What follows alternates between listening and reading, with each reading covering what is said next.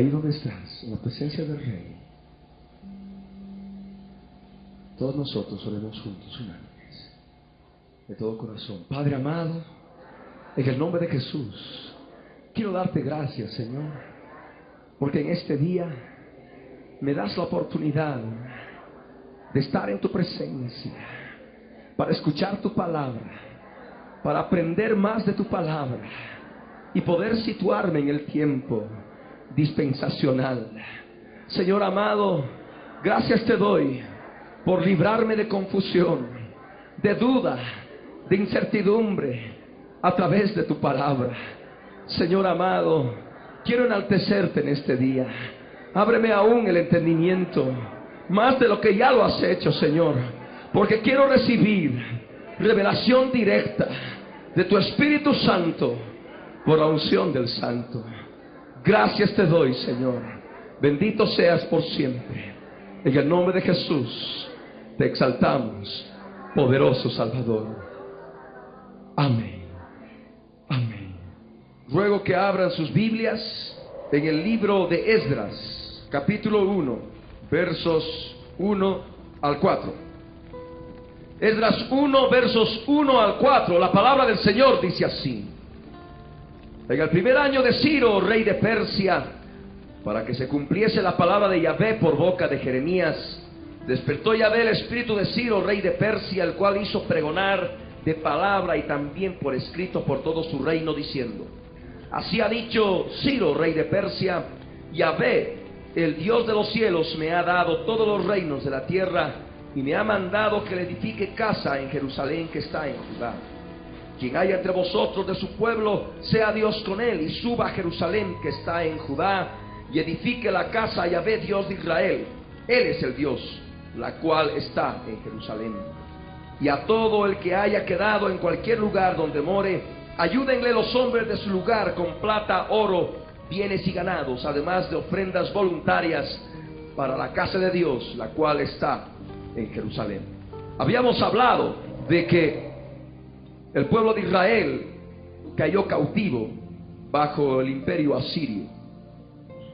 El reino de Israel fue llevado cautivo por Asiria. Habíamos hablado también de que el reino de Judá había sido llevado cautivo por el imperio babilonio. Habíamos hablado de que Jerusalén es destruida, el templo que había construido Salomón como rey fue totalmente quemado. Todos los utensilios de ese templo fueron llevados a Babilonia. Pero en ese tiempo ya el imperio babilonio cayó.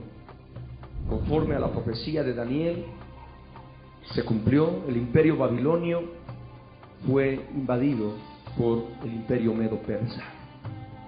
Y aquí vemos a un hombre que conoció al Dios de Israel. Este hombre se llamaba Ciro. Ciro, siendo rey de Persia, ordena que se regrese a Israel, que el pueblo judío regrese a Israel y pueda reconstruir el templo. Ya cuando entramos al libro de Esdras, estamos hablando de un periodo posterior al cautiverio. Amén. Recordemos que estamos yendo por toda la Biblia en un pequeño viaje para poder interiorizarnos y familiarizarnos con todo lo que implica esta dispensación de la ley y por ende por todas las escrituras, dado que es el propósito de este estudio de las 7 dispensaciones. Ya en el libro de Esdras, en el capítulo 2, se nos da la lista de todos los que volvieron con Zorobabel. Zorobabel, un hombre de Dios, un hombre que vuelve a la tierra de Israel para poder reconstruir el templo. En el capítulo 3 de Esdras se nos habla de la restauración del altar y del culto ya en la tierra de Israel. También en el capítulo 3 de Esdras, en el verso 8 en adelante, se nos habla de la colocación de los cimientos del templo. Ya en el capítulo 4 se nos habla de las pruebas que tuvieron por parte de adversarios que detienen la obra. de la construcción del segundo templo. En el capítulo 5 se nos habla de la reedificación del templo como tal, el capítulo 6, y ya el capítulo 7 nos habla de otro hombre de Dios posterior al cautiverio, Esdras. Esdras 7, verso 6 nos dice que este Esdras subió de Babilonia. Era escriba diligente en la ley de Moisés que Yahvé Dios de Israel había dado, y le concedió el rey todo lo que le pidió, porque la mano de Yahvé su Dios estaba sobre Esdras.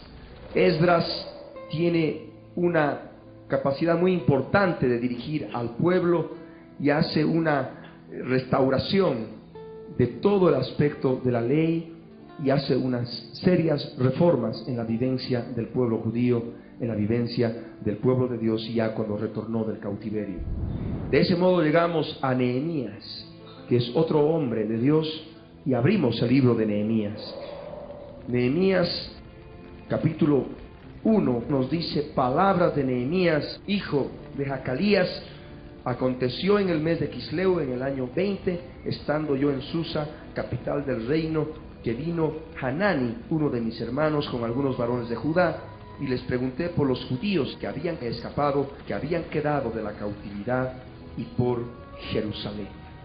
De este modo, ya bajo Nehemías se restaura, se reconstruye los muros de la ciudad de Jerusalén. Y es justamente en todo este periodo de tiempo, ustedes pueden analizar todo lo que nos habla el libro de Nehemías. Por ejemplo, ya en el capítulo 12, habiendo terminado de construir las murallas de Jerusalén, la dedican al Señor. Pueden leer el verso 27. Dice: para la dedicación del muro de Jerusalén buscaron a los levitas de todos sus lugares para traerlos a Jerusalén, para hacer la dedicación y la fiesta con alabanzas y con cánticos, con címbalos, salterios y cítaras.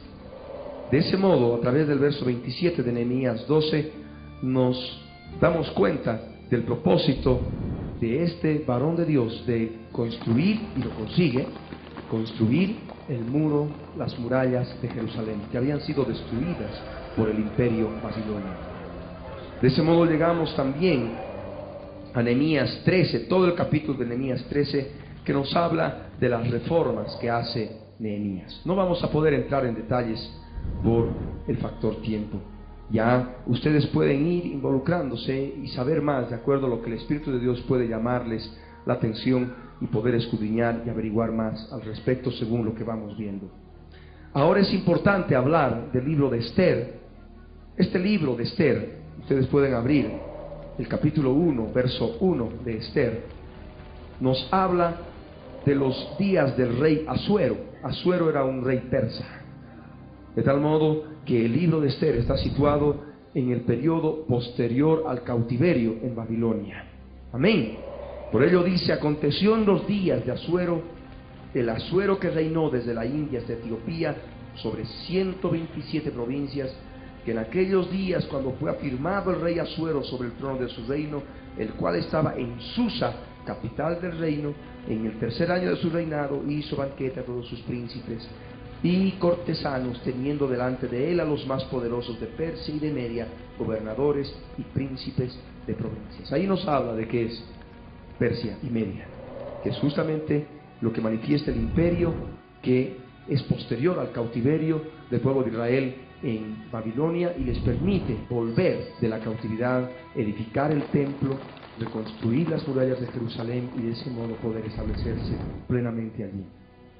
En el tiempo de Esdras, Nehemías, en el tiempo de Zorobabel, estuvieron profetas del Dios Altísimo, así como habíamos visto Isaías, Jeremías, en fin, que actuaron, tuvieron su ministerio profético en el tiempo de los reyes, dentro de la dispensación de la ley. Encontramos a otros profetas que actuaron y vivieron y cumplieron su ministerio profético en el tiempo posterior al cautiverio. Amén. Y para ello les ruego que abran el libro del profeta Ageo. Ageo capítulo 1, verso 1.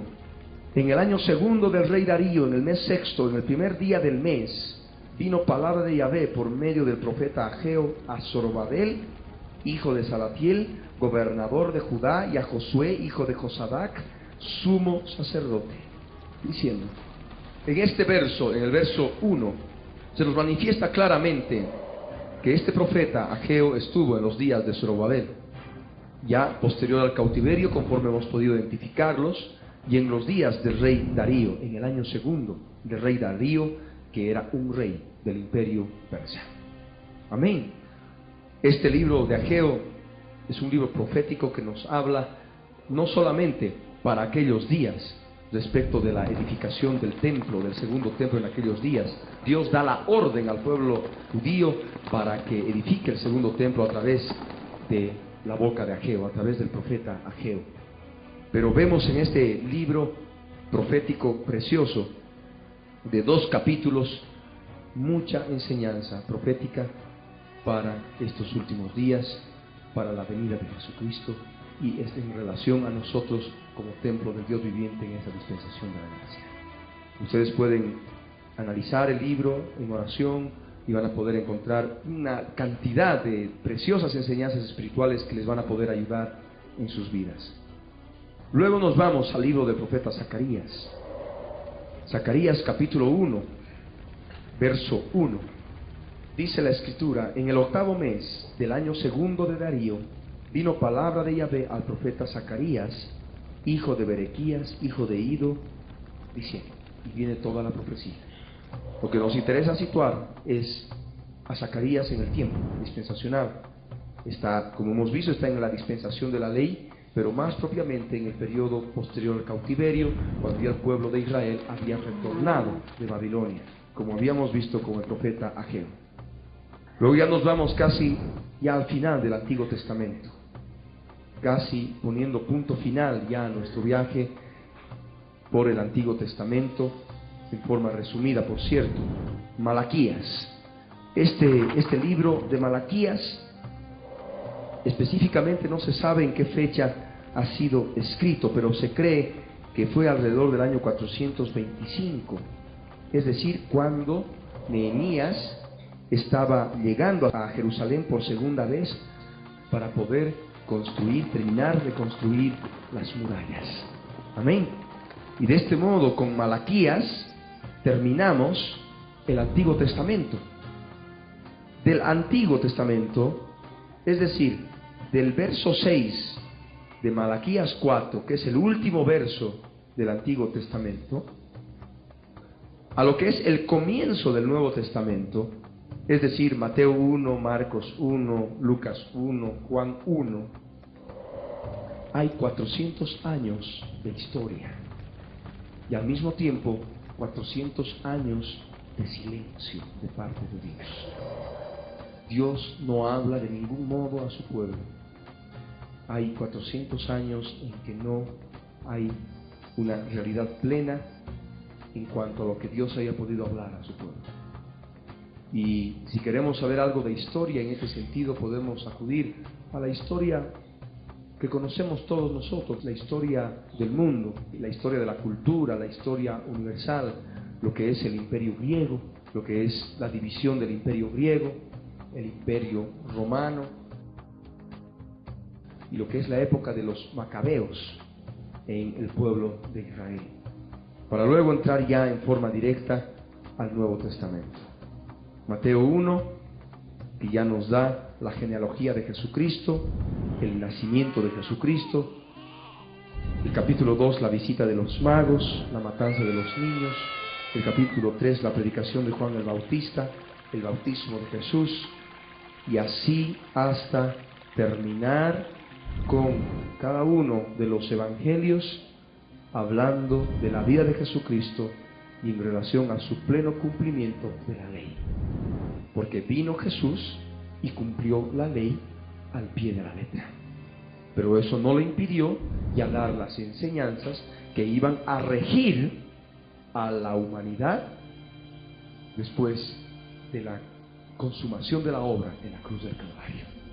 Lo que es ya las nuevas reglas de vida, normas de vida que iban a regir a la humanidad después de que acabe la dispensación de la ley. Amén. No entro más en detalles de los evangelios. Debo suponer que ustedes van a poder buscar más.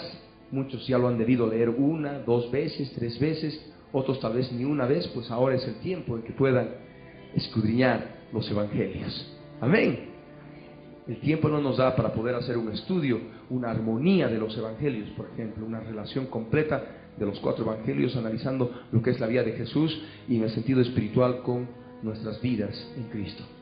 Ahora vamos a entrar a un punto que hemos estado analizando en cada dispensación, en el estudio de cada dispensación, lo que es la naturaleza de esta dispensación. Habíamos ya adelantado que esta dispensación es de carácter condicional, no es incondicional como la 4ª dispensación de la promesa, en que Dios solamente pone de su parte su fidelidad y nada más, y no exige al hombre nada a cambio, salvo confiar efectivamente en esas promesas, pero aún así Dios emite y establece un pacto perpetuo, un pacto eterno. Ahora entramos a esta dispensación de la ley y vemos de que es una dispensación condicional, condicionada. Si haces bien vas a ser bendecido, si haces mal vas a ser maldecido. Abran conmigo sus Biblias en Deuteronomio capítulo 28 versos 1 y 2.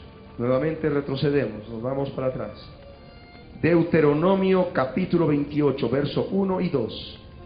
La escritura dice: acontecerá que si oyeres atentamente la voz de Yahvé tu Dios, para guardar y poner por obra todos sus mandamientos que yo te prescribo hoy, también Yahvé tu Dios te exaltará sobre todas las naciones de la tierra, y vendrán sobre ti todas estas bendiciones y te alcanzarán si oyeres la voz de Yahvé tu Dios. Ahí está el condicional. Amén. Si haces bien vas a ser bendecido. Ahora abrimos el verso 15, que nos dice así: pero acontecerá, si no oyeres la voz de Yahvé tu Dios para procurar cumplir todos sus mandamientos y sus estatutos que yo te intimo hoy, que vendrán sobre ti todas estas maldades y te alcanzarán.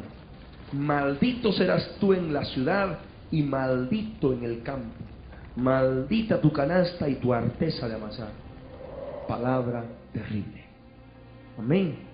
Una dispensación de carácter condicional.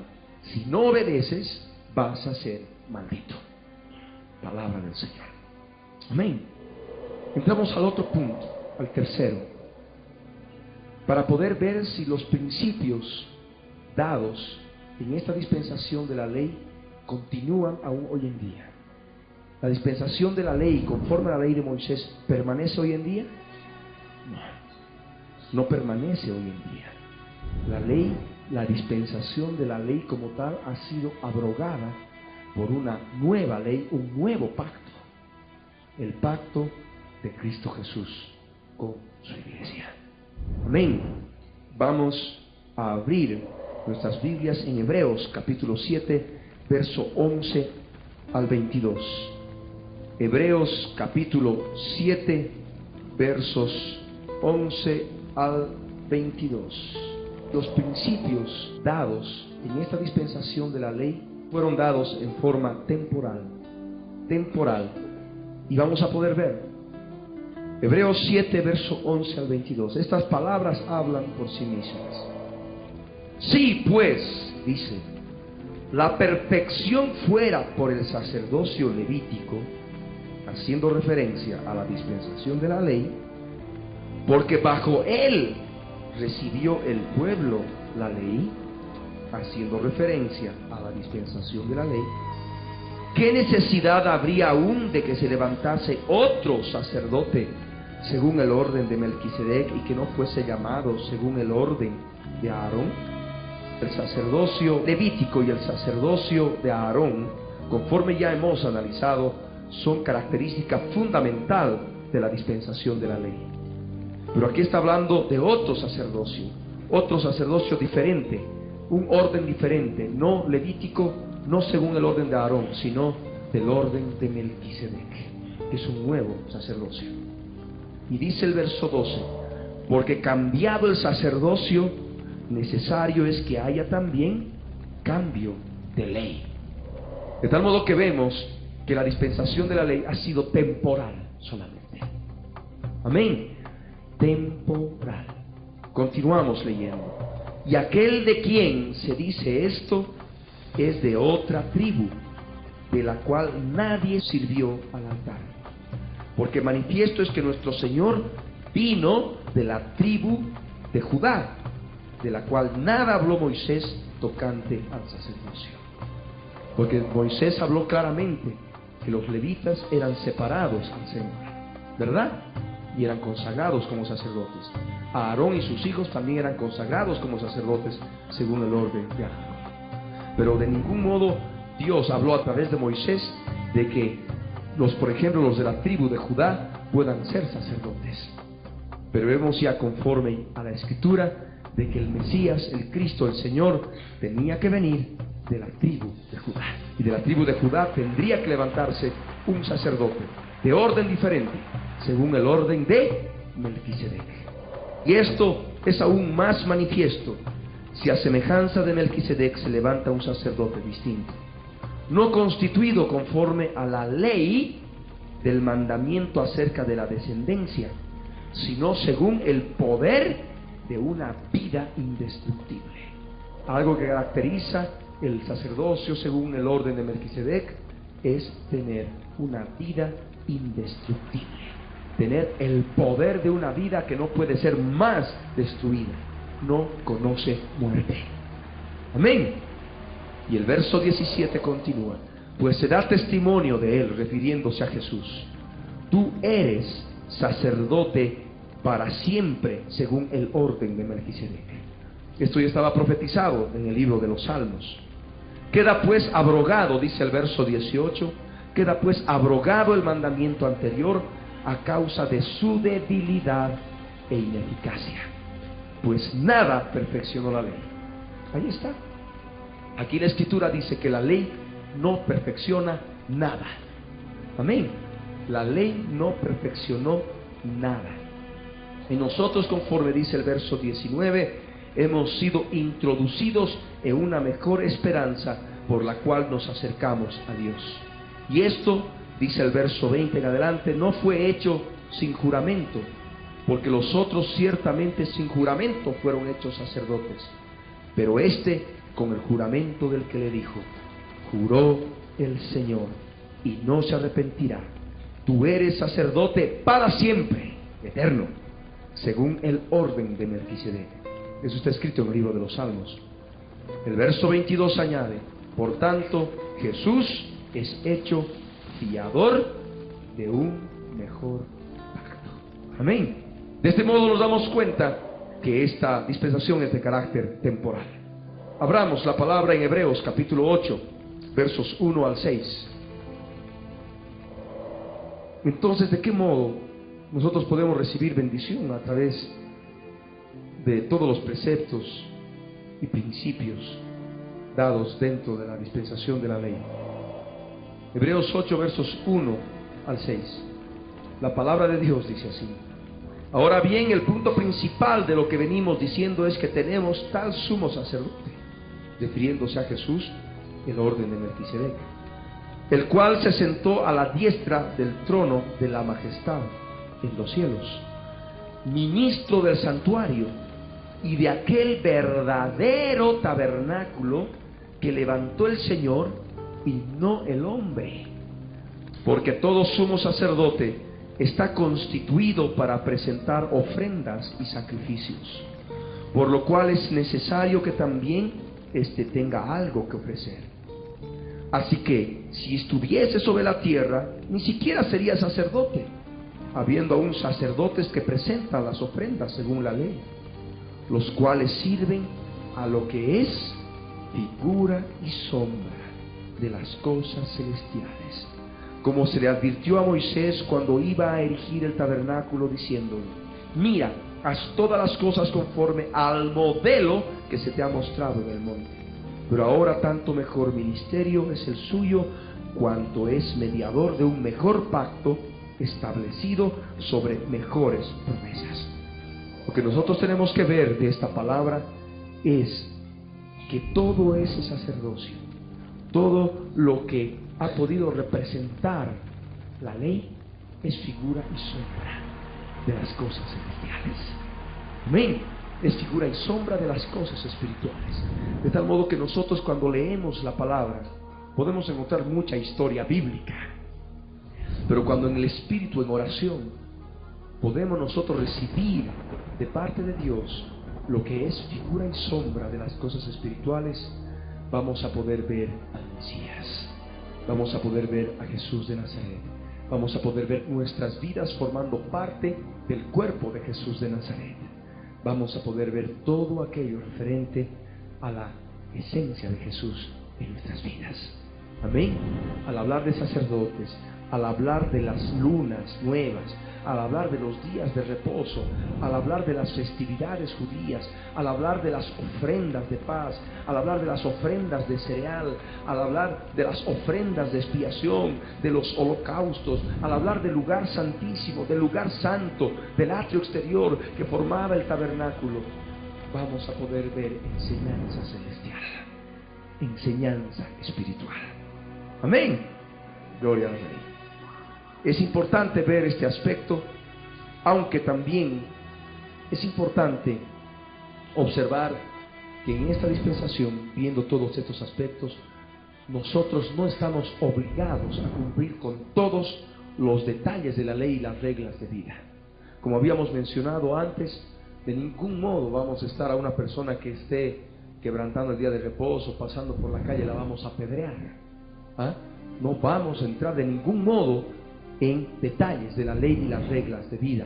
O de pronto, si queremos agarrar y pensar de que el tabernáculo de David tiene que ser reedificado, y ahora en este tiempo, en esta dispensación de la gracia, y estar ahí conforme a toda la cantidad de enseñanzas literales, específicas del tabernáculo.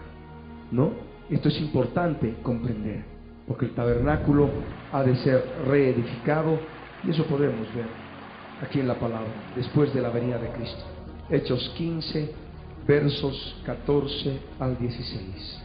Y dice la palabra del Señor: Simón ha contado cómo Dios visitó por primera vez a los gentiles para tomar de ellos pueblo para su nombre. Y es justamente después de lo que es la venida de Cristo, la muerte en la cruz del Calvario, Dios ha visitado por primera vez a los gentiles. Dios nos ha visitado por primera vez a nosotros siendo gentiles, y en medio de los gentiles Él nos ha tomado como parte de su pueblo, un pueblo para su nombre. Y aquí está hablando en el verso 14 de lo que es la gracia. Amén. La gracia que ha revelado el misterio de Cristo, que Dios no es solamente para los judíos, sino también para los gentiles. Amén. Mediante el Evangelio de Jesucristo, nosotros hemos podido llegar al conocimiento de Dios. Y el verso 15 dice: y con esto concuerdan las palabras de los profetas, como está escrito: después de esto volveré y reedificaré el tabernáculo de David que está caído, y repararé sus ruinas y lo volveré a levantar. Después de que el Señor ha visitado por primera vez a los gentiles, después de que ya el Señor se ha manifestado a los gentiles y ha tomado un pueblo para su nombre, el Señor promete en el verso 16: después de esto volveré. Amén. Y después de la venida del Señor, dice: reedificaré el tabernáculo de David que está caído. Esto corresponde al milenio. Amén. Una dispensación posterior a la actual. Y repararé sus ruinas y lo volveré a levantar. Amén. Gloria al Señor. Vamos a entrar a otros aspectos que estudiamos en cada dispensación. Las responsabilidades otorgadas por Dios al hombre en esta dispensación. Conforme ya hemos estudiado, Dios da responsabilidades al hombre, al género humano, a través de Moisés, y a través de Moisés al pueblo de Israel. Si bien el pueblo de Israel fue el específico responsable de cumplir estas ordenanzas, pero el pueblo de Israel, al fin y al cabo, forma parte del género humano. Amén. Y a través de esta dispensación Dios manifiesta al género humano aspectos importantes de la ley. Conforme vamos a ir viendo más adelante que por medio de la ley, de la dispensación de la ley, vino el conocimiento claro del pecado. Y esto no es solamente para Israel, es para todos, para todo el género humano. De tal modo que el día del juicio ante el gran trono blanco, nadie pueda autojustificarse. Amén. Porque Dios habrá demostrado de que Él es justo. Amén. Y dice la Escritura que toda boca se cerrará. Amén. Gloria a Dios. Vamos a abrir Éxodo 19, verso 3. Y Moisés subió a Dios, y Yahvé lo llamó desde el monte Sinaí, diciendo: así dirás a la casa de Jacob, y anunciarás a los hijos de Israel. De ese modo, ya en los capítulos siguientes, Dios manifiesta un conjunto de leyes, que podemos resumir en 3 tipos de leyes. Amén. Leyes claras, mandamientos, expresando la plena voluntad de Dios en cuanto al comportamiento personal del hombre en relación con Dios y en relación a su prójimo, a su semejante. Éxodo 20 nos habla al respecto. Vamos a leer Éxodo 20, versos 1 al 17. Y habló Dios todas estas palabras diciendo: yo soy Yahvé tu Dios, que te saqué de la tierra de Egipto, de casa de servidumbre. No tendrás dioses ajenos delante de mí. No te harás imagen ni ninguna semejanza de lo que esté arriba en el cielo, ni abajo en la tierra, ni en las aguas debajo de la tierra. No te inclinarás a ellas ni las honrarás, porque yo soy Yahvé tu Dios, fuerte, celoso, que visito la maldad de los padres sobre los hijos hasta la 3ª y 4ª generación de los que me aborrecen, y hago misericordia a millares a los que me aman y guardan mis mandamientos. Ahí va el primero y el segundo mandamiento de los 10. Para muchos, inclusive que nos ven a través de la televisión, podrán decir: pero ese segundo mandamiento que dice no te harás imagen ni ninguna semejanza, a mí no me lo enseñaron en la escuela, a mí no me lo enseñaron en el colegio.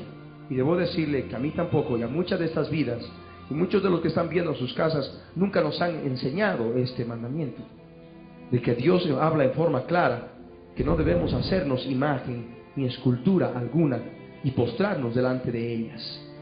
Dios habló en forma clara a su pueblo, y esto todavía permanece en este tiempo en el sentido de nuestra relación con Dios. Jesús manifestó y dijo: amarás al Señor tu Dios por sobre todas las cosas. Si yo amo a Dios, no voy a tener dioses ajenos delante de mí. Si yo amo a Dios, no me voy a hacer esculturas ni imagen alguna, porque Pablo mismo lo corrobora en el Nuevo Testamento. Juan también lo corrobora en el Nuevo Testamento, que Dios de ningún modo permite que se lo represente por efigie, por escultura alguna, porque Jesús mismo lo manifestó: Dios es espíritu. Amén. De tal modo que este segundo mandamiento, que nunca antes nos lo enseñaron, ahora en este tiempo en que se está predicando el Evangelio, se está predicando la palabra de Dios, hacemos relación a estos pasajes del libro de Éxodo para poder mostrarles la verdad de Dios en Cristo Jesús, y puedan conocer el engaño que hemos estado viviendo por tradiciones humanas de nuestros antepasados, que no se preocuparon de poder escudriñar las Escrituras, y es más, se les prohibía leer las Escrituras, y eran inclusive acusados de herejes, eran acusados de sediciosos, y muchos eran quemados en la hoguera, muchos eran quemados en el fuego. Tenemos a Juan Hus y tenemos a tantos otros hombres de Dios que pudieron denunciar la verdad de la palabra de Dios en su tiempo. Nosotros y todos ustedes tenemos también la responsabilidad de Dios de poder hablar esta verdad, para que el mundo deje de creer que a través de los muñecos, de las muñecas, se acercan a Dios. Por eso la Escritura dice: siendo pues linaje de Dios, no debemos pensar que la divinidad sea semejante a oro o plata o escultura de arte o imaginación de hombres. Pero Dios, habiendo pasado por alto los pecados pasados, ahora manda a todos los hombres en todo lugar que se arrepientan. Y es justamente de la idolatría, porque Dios no puede ser representado por la imaginación de un buen pintor de un buen artista, de un buen escultor, de un buen orfebre, de un buen yesero, de un buen ingeniero que hacen estructuras enormes de cemento y hormigón armado. No, Dios no puede ser representado por nada, porque Dios es espíritu. Y este segundo mandamiento permanece hoy en día con lo que Jesús dijo: amarás al Señor tu Dios por sobre todas las cosas. Si yo amo a Dios, no voy a tener dioses ajenos delante de Él, y no voy a hacer mi imagen ni escultura alguna en este tiempo. Amén. No me voy a postrar ante los ídolos y de ningún modo los voy a honrar, porque sé que esto ha de traer maldición para mi vida, ha de traer problemas de diferente naturaleza a mi vida.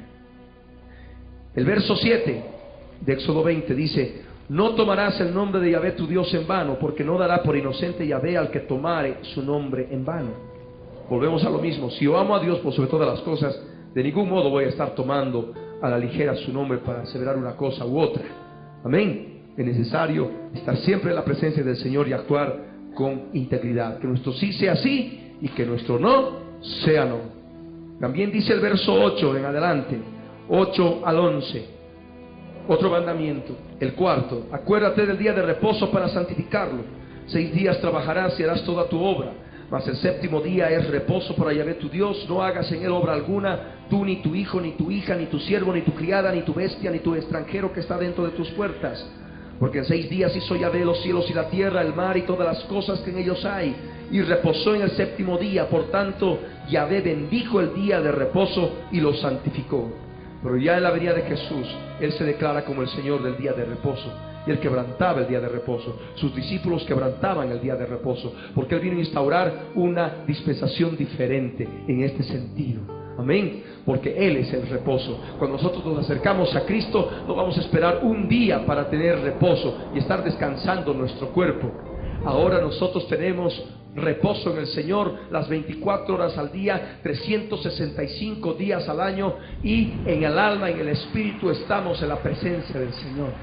Y ese es el reposo que Él nos ha dado, de tal modo que no necesitamos estar supeditados a este aspecto de la ley de Moisés. Hay otro aspecto en el verso 12. El quinto mandamiento dice: honra a tu padre y a tu madre para que tus días se alarguen en la tierra que Yahvé tu Dios te da. Esto, conforme hemos podido leer en la epístola del apóstol Pablo a los Efesios en el capítulo 6, es un principio que permanece. Jesús dijo: amarás a tu prójimo como a ti mismo. Un segundo mandamiento. Y ahí tengo al papá y a la mamá. Un prójimo. Debo aprender a honrar a mi papá y a mi mamá, y amarlos y honrarlos. Ahí se resume toda la ley. Amén. Gloria al Rey. Y dice el verso 13: no matarás. Jesús añadió: cualquiera que se enoje contra su hermano, en fin, y hace todo, la relación que le dice fatuo, en fin, será culpable ante el concilio. Jesús manifiesta este aspecto más fuerte de lo que es la ley. Y se cumple la palabra: amarás a tu prójimo como a ti mismo. El verso 14 dice: no cometerás adulterio. Jesús manifiesta que no solamente es con fornicación el adulterio, sino aquel que ve a una mujer con sus ojos y la codicia en su corazón, ya ha cometido adulterio en su corazón. Si yo amo a mi prójimo, no lo voy a matar. Si yo amo a mi prójimo, no le voy a aborrecer. Si yo amo a mi prójimo, no voy a cometer adulterio. Si yo amo a mi prójimo, no voy a codiciar a su mujer. Amarás a tu prójimo como a ti mismo. Amén. En esto se resume toda la ley, lo dijo Jesús. Bien, el verso 15 dice: no hurtarás. Si yo amo a mi prójimo, no voy a hurtar, no le voy a robar. Verso 16: no hablarás contra tu prójimo falso testimonio. Si yo amo a mi prójimo, no voy a dar falso testimonio, voy a mentir respecto de él. Amén. Y el verso 17, el 10º mandamiento dice: no codiciarás la casa de tu prójimo, no codiciarás la mujer de tu prójimo, ni su siervo, ni su criada, ni el buey, ni su asno, ni cosa alguna de su prójimo. Todo eso es el 10º mandamiento. Alguno podrá decir: pero ese 10º mandamiento a mí me lo han enseñado dividido en dos, en el 9º y en el 10º. Sí, justamente lo dividieron porque borraron el 2º mandamiento. No lo quisieron enseñar por lo que es el culto a los ídolos, el culto a las esculturas que enseñó el Imperio Romano desde siempre hasta hoy en día a través del paganismo romano. Amén. Es palabra de Dios y de ningún modo tenemos temor en poder manifestar esto en forma pública, porque es palabra de Dios. Amén. Gloria al Rey. Hay otros tipos de leyes respecto de lo que es la vida social y civil de Israel. Vamos a ver algunos ejemplos. Éxodo 21, verso 1 al 3. Éxodo 21, versos 1 al 3. Leyes de vida social y civil de Israel. Recordemos que estamos hablando de la dispensación de la ley. Estas son las leyes que les propondrás. Si comprares siervo hebreo, 6 años servirá, mas al 7º saldrá libre de balde. Si entró solo, solo saldrá. Si tenía mujer, saldrá él y su mujer con él. Amén. Estamos haciendo distinción, leyes de vida social. El verso 12 al 14. El que hiriere a alguno haciéndole así morir, él morirá. Mas el que no pretendía herirlo, sino que Dios lo puso en sus manos, entonces yo te señalaré lugar al cual ha de huir. Pero si alguno se ensoberbeciere contra su prójimo y lo matare con alevosía, de mi altar lo quitarás para que muera. Leyes de la vida social y civil de Israel. Podemos ver Éxodo 22, verso 1 y 2, que nos habla también al respecto. Cuando alguno hurtare buey u oveja y lo degollare o vendiere, por aquel buey pagará 5 bueyes y por aquella oveja 4 ovejas. Si el ladrón fuere hallado forzando una casa y fuere herido y muriere, el que lo hirió no será culpado de su muerte. Leyes de la vida social y civil de Israel. Verso 16, Éxodo 22. Éxodo 22, verso 16. Si alguno engañase a una doncella que no fuere desposada y durmiere con ella, deberá dotarla y tomarla por mujer.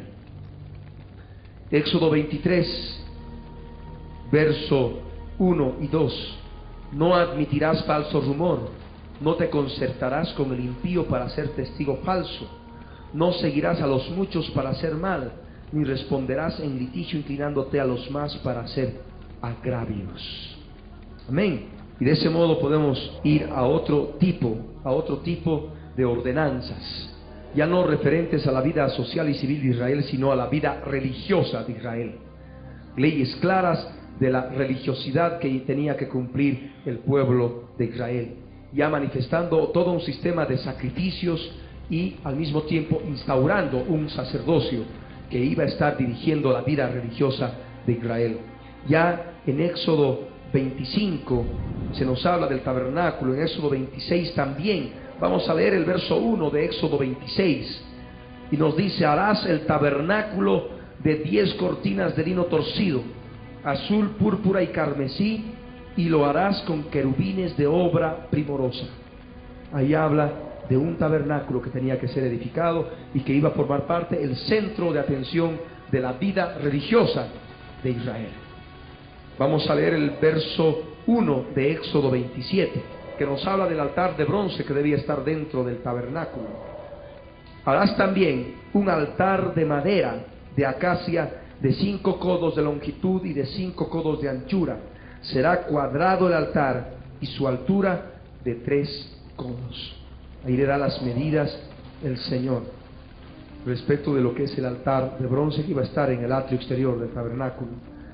Éxodo 28 nos habla de los sacerdotes, leyes de los sacerdotes y sus vestiduras. El verso 1 y 2 dice: harás llegar delante de ti a Aarón tu hermano y a sus hijos consigo de entre los hijos de Israel, para que sean mis sacerdotes, a Aarón y a Nadab, Abiú, Eleazar e Itamar, hijos de Aarón. Y harás vestiduras sagradas a Aarón tu hermano para honra y hermosura. Aquí el Señor habla de una cantidad de detalles de las vestiduras de los sacerdotes.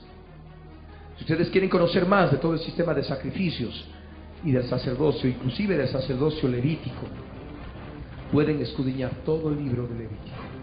Amén. Ahí van a poder tener mayor conocimiento del modo en que Dios condiciona, manda, ordena al pueblo de Israel que cumpla leyes religiosas claras y específicas. Amén. Ahora hay otro punto que es necesario tomar en cuenta al hablar de las responsabilidades otorgadas por Dios al hombre en esta dispensación a través del pueblo de Israel.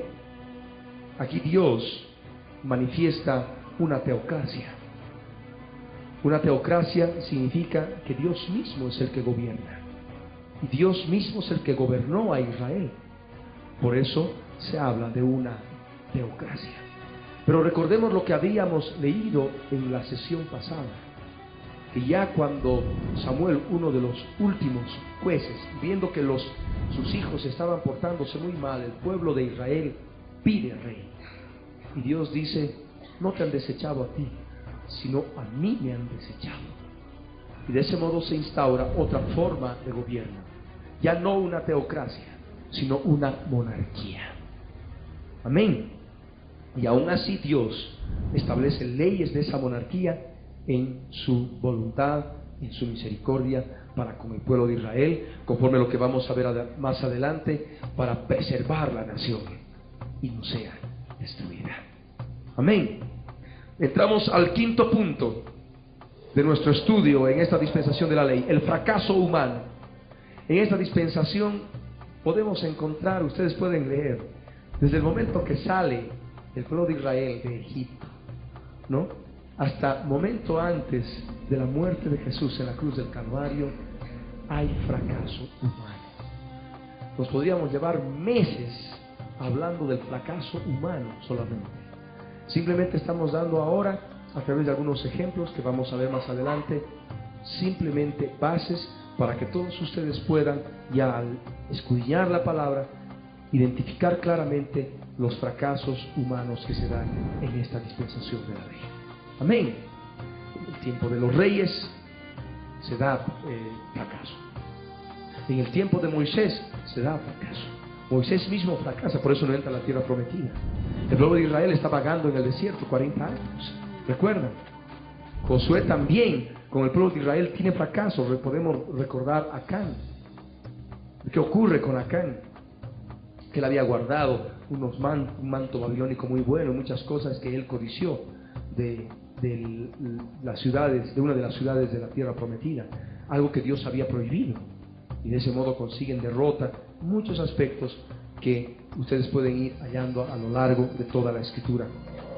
Primer libro de Samuel, capítulo 8, verso 7, que pone fin al periodo de los jueces y para entrar a la monarquía, un fracaso de parte del hombre.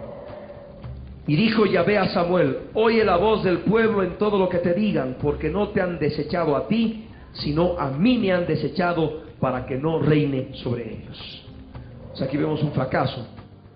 El pueblo ya no quiere que Dios reine sobre ellos, sino sencillamente ellos quieren un rey humano como las demás naciones.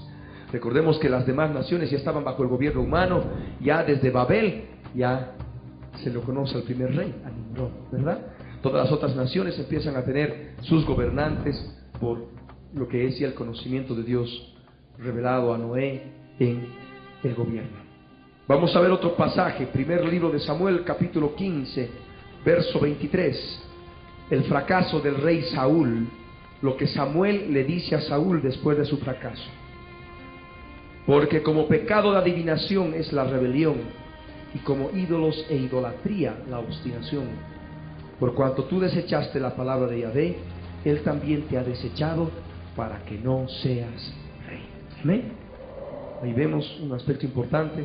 Ustedes van a poder ver que la adivinación está ligada a la rebelión. Son espíritus que andan juntos. El espíritu de adivinación con el espíritu de rebelión. Y al mismo tiempo manifiesta que delante de Dios es lo mismo ser un adivino y una persona que está revelando, como por ejemplo una mujer que se revela a su esposo. Amén.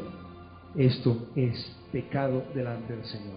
Como ídolos e idolatría, la obstinación. La persona obstinada es como un idólatra. Amén. Gloria al Rey. Vamos a ver otro pasaje. Segundo libro de Samuel, capítulo 11, versos 1 al 4. el fracaso de David. David cae en adulterio con Betsabé, la mujer de Urías. Dice así: aconteció al año siguiente, en el tiempo que salen los reyes a la guerra, que David envió a Joab y con él a sus siervos y a todo Israel, y destruyeron a los amonitas y sitiaron a Rabá, pero David se quedó en Jerusalén. Y sucedió un día al caer la tarde que se levantó David de su lecho y se paseaba sobre el terrado de la casa real, y vio desde el terrado a una mujer que se estaba bañando, la cual era muy hermosa. Envió David a preguntar por aquella mujer, y le dijeron: aquella es Betsabé, hija de Eliam, mujer de Urías heteo. Y envió David mensajeros, y la tomó, y vino a él, y él durmió con ella. Luego ella se purificó de su inmundicia y se volvió a su casa. Vemos que David, el rey David, fracasa. Amén. No cumple la ley. Comete adulterio. Y no solamente comete adulterio, ustedes pueden ver más adelante que orquesta toda una situación para que Urías muera en el mismo campo de batalla. ¿Y cuál fue el error que cometió David? No fue a la guerra, estuvo ahí descansando. Y eso también tiene un pleno conocimiento espiritual aún hoy en día. Aquella persona que no está en guerra espiritual y está descansando y está alejada y reposando fuera de todo lo que es el aspecto de guerra espiritual, es proclive a caer. Es proclive a caer en derrota, a caer en pecado. ¿Amén? De ahí la importancia de la enseñanza de la guerra espiritual en estos días posteriores. Recordemos lo que Pablo dijo, Efesios 6, verso 12: no tenemos lucha contra sangre y carne, tenemos lucha contra principados, potestades, gobernadores de las tinieblas de este siglo, contra huestes espirituales de maldad en las regiones celestes. Amén. De tal modo que nosotros debemos siempre mantenernos en lucha espiritual. De otro modo, si descansamos, vamos a caer en derrota. Amén. Aquel que esté bien, dice la palabra del Señor, cuídese de no caer. Amén. Vamos a ver otro ejemplo. Primer libro de los Reyes, capítulo 11, versos 9 al 13. El fracaso de Salomón. Dice la Escritura: y se enojó Yahvé contra Salomón, por cuanto su corazón se había apartado de Yahvé, Dios de Israel, que se le había aparecido 2 veces, y le había mandado acerca de esto que no siguiese a dioses ajenos, mas él no guardó lo que le mandó Yahvé. Y dijo Yahvé a Salomón: por cuanto ha habido esto en ti, y no has guardado mi pacto y mis estatutos que yo te mandé, romperé de ti el reino y lo entregaré a tu siervo. Sin embargo, no lo haré en tus días, por amor a David tu padre, lo romperé de la mano de tu hijo, que sabemos es Roboam. Pero no romperé todo el reino, sino que daré una tribu a tu hijo, Roboam, por amor a David mi siervo, y por amor a Jerusalén, la cual yo he elegido. Y justamente vemos que Dios cumple. Muere Salomón, Roboam toma el reino e inmediatamente viene la división. Y Jeroboam toma el reino de Israel y Roboam toma el reino de Judá. Y ahí se da toda la cantidad de reyes en ambos reinos que ya hemos analizado, hemos estudiado. Vamos a poder ver ahora otro punto en este estudio, el punto 6, el juicio divino. Juicio divino y sus manifestaciones en esta dispensación de la ley. Del mismo modo, así como podemos hablar del fracaso humano meses de meses en el estudio de esta dispensación, lo mismo haríamos al hablar de los juicios de Dios y sus manifestaciones, porque son muchos juicios, muchos juicios. Recordemos el primero, de qué modo Israel está vagando en el desierto por 40 años. Podemos ver también el juicio de Dios cuando el cautiverio de Asiria al reino de Israel, el cautiverio de Babilonia al reino de Judá. Podemos hablar de una cantidad enorme de juicios en forma específica a reyes apóstatas, a reyes que hicieron mal delante del Señor. Juicios bien claros de Dios que ustedes van a poder escudriñarlos y determinarlos y discernirlos en su estudio personal de las Escrituras. Pero es necesario hablar de un juicio muy importante con el cual termina esta dispensación: el juicio en la cruz del Calvario al pecado y a Satanás y sus demonios. Amén. Recordemos cuando el hombre cayó en pecado y Dios ya habló en Génesis 3:15 de la venida del Mesías, de la venida de Jesús de Nazaret, a través de la simiente de la mujer, la cual iba a pisar a la cabeza de la simiente de la serpiente. Amén. Y esto se cumplió ya al dar punto final a la dispensación de la ley. Luego que abran sus Biblias en Romanos capítulo 8, verso 3. Dice, porque lo que era imposible para la ley, por cuanto era débil por la carne, Dios enviando a su Hijo en semejanza de carne de pecado, y a causa del pecado, condenó al pecado en la carne. Y es lo que ocurrió. Por la ley era imposible que el hombre cambie, porque por la carne el hombre es débil y no podía poder cumplir la ley. No hagas, no toques, no digas, no esto, no el otro. Una regla de vida que definitivamente no lograba el cambio. Entonces Dios envió a su Hijo en semejanza de carne de pecado. Vino en un cuerpo mortal, pero sin pecado. Sabemos que el cuerpo mortal vino a la humanidad a causa del pecado, cuando dijo, ciertamente morirás si comes del fruto del árbol, la ciencia del bien y del mal. Inmediatamente que comieron, ya tenían un cuerpo mortal. Aún así Jesús, en su misericordia, vino a esta tierra en una semejanza de carne de pecado, con un cuerpo mortal como cualquiera de nosotros, pero sin pecado. ¿Y por qué vino? A causa del pecado. Lo que dice, Dios enviando a su Hijo en semejanza de carne de pecado, y a causa del pecado condenó al pecado en la carne. ¿Cómo? En la cruz del Calvario. Allí en la cruz del Calvario el pecado fue condenado, porque la carne fue crucificada. Y recordemos que lo que es la dispensación de la ley es figura y sombra de las cosas espirituales de esta dispensación de la gracia. Porque de ningún modo vamos a pensar que ahora tenemos que crucificarnos nosotros, crucificar con clavos verdaderos nuestras manos, nuestros pies, y de ese modo imitar lo que Jesús ha hecho y creer que de ese modo vamos a ser justificados. No, Jesús consumó por una sola vez y para siempre esa obra en la cruz del Calvario, pero nos da una riqueza espiritual, un conocimiento espiritual muy importante para nuestras vidas, porque esa semejanza de carne de pecado en la cual vino Jesús es figura y sombra de las obras de la carne de su iglesia. Amén. Y esas obras de la carne tienen que ser crucificadas en la cruz espiritual del Calvario. Y digo cruz espiritual para que ninguno, y esto es necesario, hay otros ejemplos que para muchos puede decir, pero bueno, es para que se logre una mayor comprensión. Vemos que el mundo impío actúa muchas veces así, y esto para que ningún otro vaya ahí donde un buen carpintero y se haga hacer una cruz de madera bien pesada, ¿no? Y crea que eso es después clavar algunas cosas de su carne ahí en esa cruz y decir, eso es lo que Jesús me ha enseñado, la cruz. No, la cruz es espiritual ahora. Amén. La semejanza de carne de pecado de Jesús, porque Él vino en cuerpo mortal, es una figura y sombra de nuestras obras de la carne. Amén. Y dice la Escritura, y vamos a abrir la palabra, Gálatas 5, verso 24, que nos dice, pero los que son de Cristo han crucificado la carne con sus pasiones y deseos.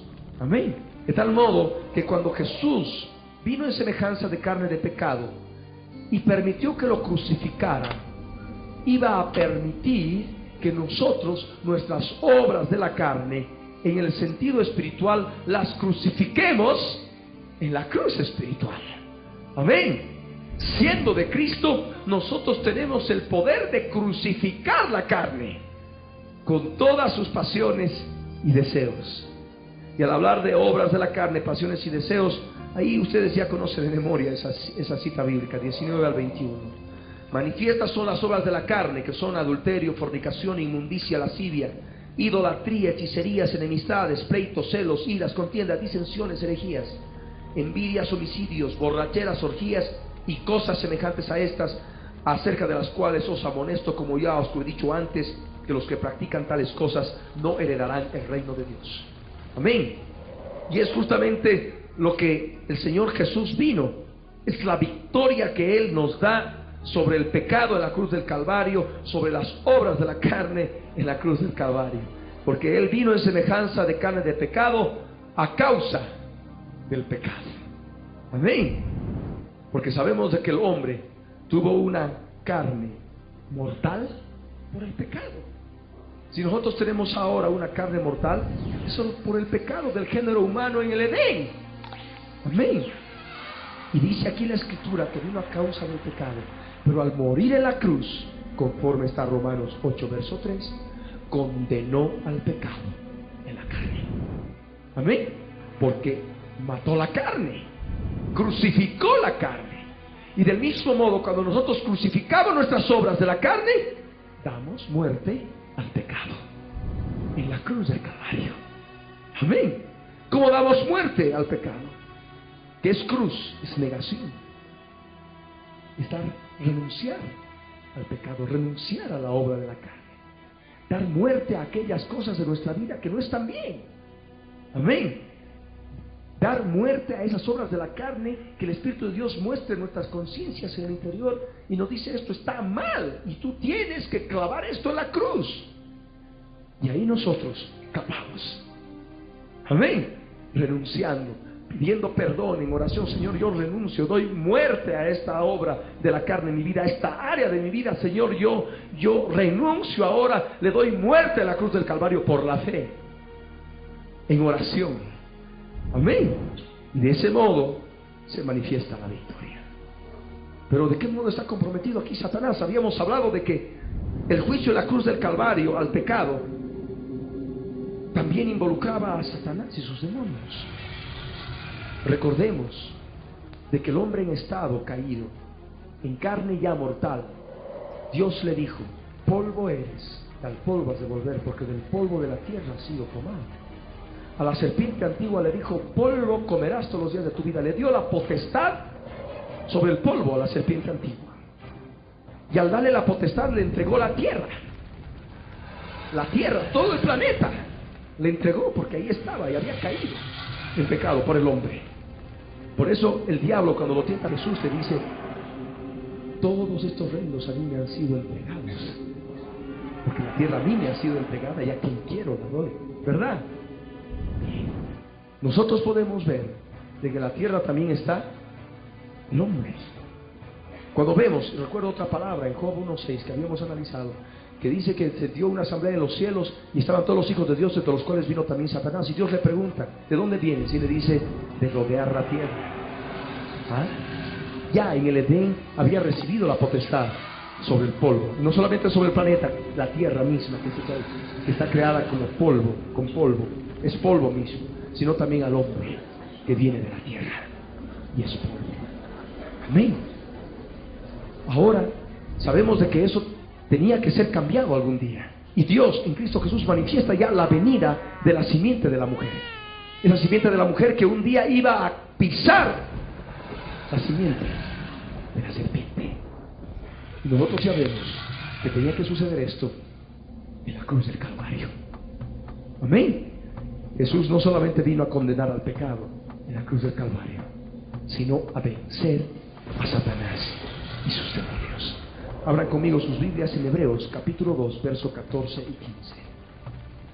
Dice la palabra del Señor: así que, por cuanto los hijos participaron de carne y sangre, Él, Jesús de Nazaret, también participó de lo mismo, para destruir por medio de la muerte al que tenía el imperio de la muerte, esto es, al diablo, y librar a todos los que por el temor de la muerte estaban durante toda la vida sujetos a servidumbre.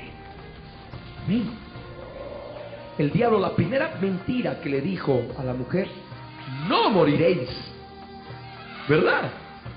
Ahí estaba el engaño, porque sabía que iba a haber muerte y iba a estar sujetos a él, que tenía el imperio de la muerte. ¿Se dan cuenta? El engaño del enemigo. Pero ahora Jesús vino Jesús viene en un cuerpo mortal, en un cuerpo de muerte, de carne y sangre, como todos los otros seres humanos de naturaleza caída, pero sin pecado. ¿Ah? Con un cuerpo mortal, pero sin pecado. Y dice la Escritura que vino para destruir por medio de la muerte al que tenía el imperio de la muerte. Porque Jesús condenó el pecado en la carne, y sabemos por la palabra que resucitó y venció a la muerte. Y al vencer a la muerte, no solamente venció al pecado, sino que venció a Satanás, al diablo que tenía el imperio de la muerte. Amén. Y de ese modo nos libró a todos los que por el temor de la muerte estábamos durante toda la vida sujetos a servidumbre. Nosotros ya no tenemos que tener temor de la muerte. Amén. Porque tenemos fe en uno que se llamó a sí mismo como la resurrección y la vida. El que cree en Él, aunque esté muerto, vivirá. Amén.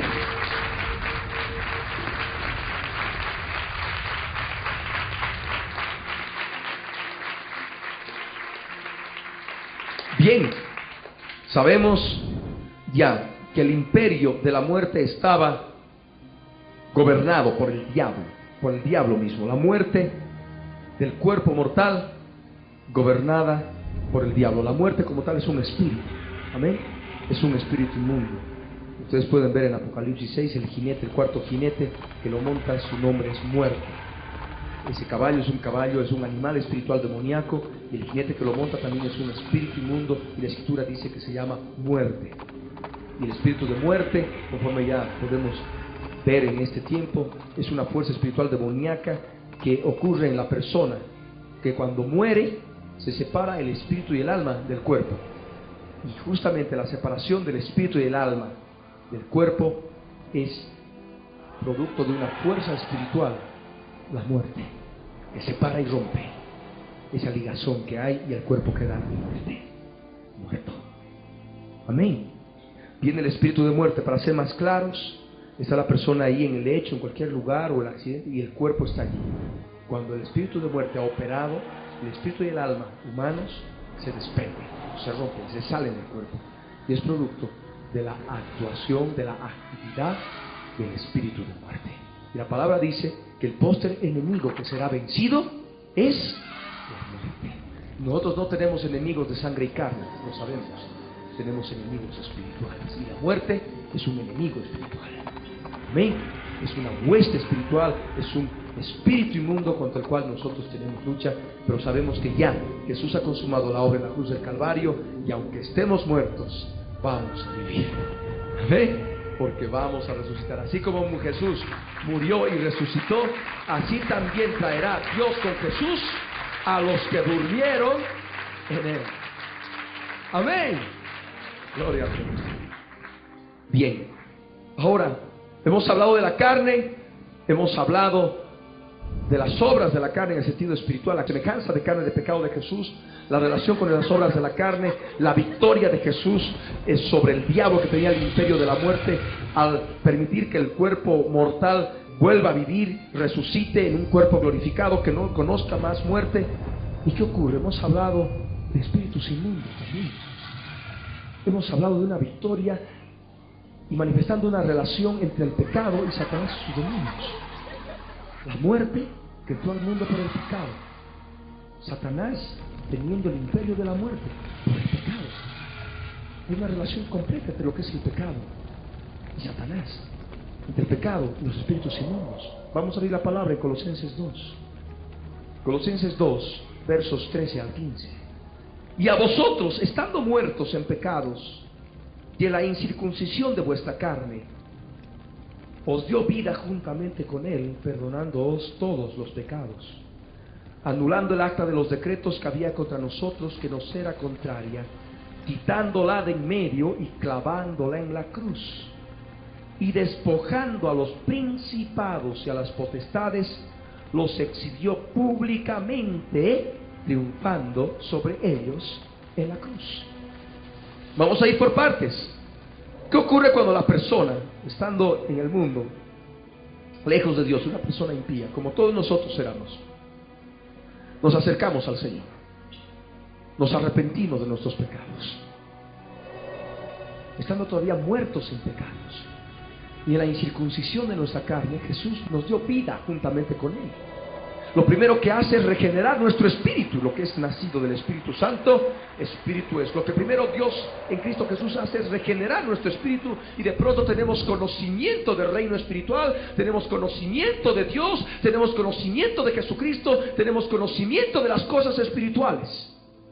Pero aún estando muertos en nuestros pecados y en la incircuncisión de nuestra carne. Al hablar de incircuncisión de nuestra carne, no estamos hablando en el sentido así literal, conforme a lo que puede ser la circuncisión como pacto de Abraham con Dios, ¿verdad? En que tenía que agarrarse un cuchillo y cortar la carne. Ahora esto es en el sentido espiritual. La carne tiene que ser circuncidada. Amén. Cuando nosotros nos acercamos al Señor, teníamos todavía y seguimos en una cantidad de obras de la carne que necesitaban y necesitan ser circuncidadas. Amén. Necesitan ser crucificadas, necesitan ser cortadas de nuestra vida. Pero el Señor en su misericordia, ahí en el primer momento, cuando recuerda el día que te convertiste al Señor, que te acercaste al Señor, ahí estando muerto en pecados y estando en la incircuncisión de tu carne, todavía sin ni siquiera comprender lo que es carne incircuncisa, sin ni siquiera comprender lo que es crucificar la carne, allí Jesús te dio vida juntamente con Él. Regeneró tu espíritu, te hizo nacer de nuevo y te perdonó todos los pecados. Amén.